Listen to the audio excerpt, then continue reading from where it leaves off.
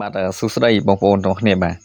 នេះគឺជាសកម្មភាពខ្លីៗដែលខ្ញុំបានទៅចូលរួមភ្ជាប់ពាក្យបងប្អូនប្រុសរបស់ខ្ញុំនៅឯភូមិទូត្រាចឃុំទូស្នួលស្រុកក្រូចឆ្មាខេត្តត្បូងឃ្មុំបាទហ្នឹងហើយចង់ដឹងថាវីដេអូមួយនេះមានទស្សនវិជ្ជាបែបណាកុំភ្លេចតាមដានជាមួយខ្ញុំទាំងអស់គ្នាបាទជាដំបូងពួកខ្ញុំត្រូវ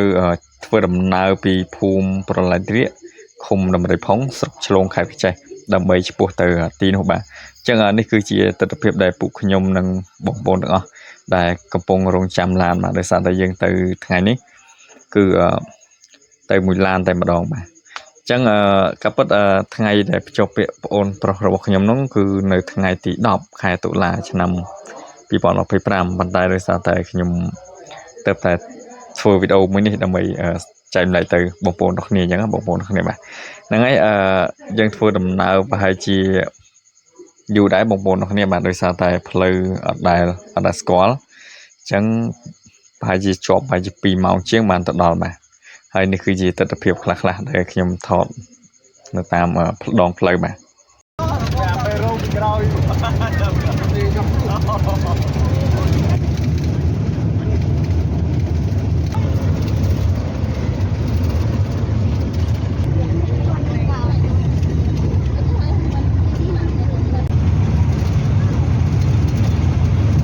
ក្រោយពីចាយពេលប្រហែលជា2ម៉ោងជាងអញ្ចឹងពួកខ្ញុំបានមកដល់ទីតាំងហ្នឹងហើយដោយបងប្អូនទាំងគ្នាបានឃើញនៅក្នុងវីដេអូមួយនេះអញ្ចឹងបាទនេះគឺជាសកម្មភាពដែលចាស់បងប្អូនញាតិមិត្តបងប្អូនកំពុងតែរៀបចំកន្លែងកម្មវិធីអញ្ចឹងបងប្អូនទាំងគ្នាបាទហ្នឹងហើយដោយសារតែកម្មវិធីថ្ងៃនេះគឺ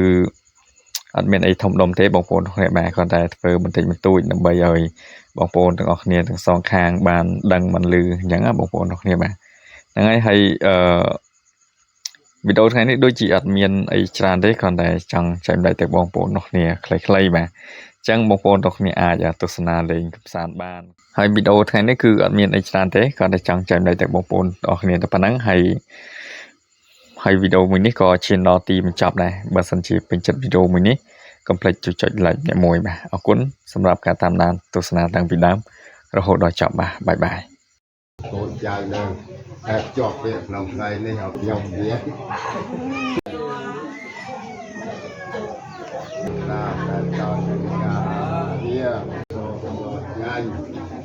ជូនឲ្យឡើងបានចុះបានតាជូនទៅយើងដល់ខ្លួនឯងផងជើងមកតានោះចាំជុំទៅ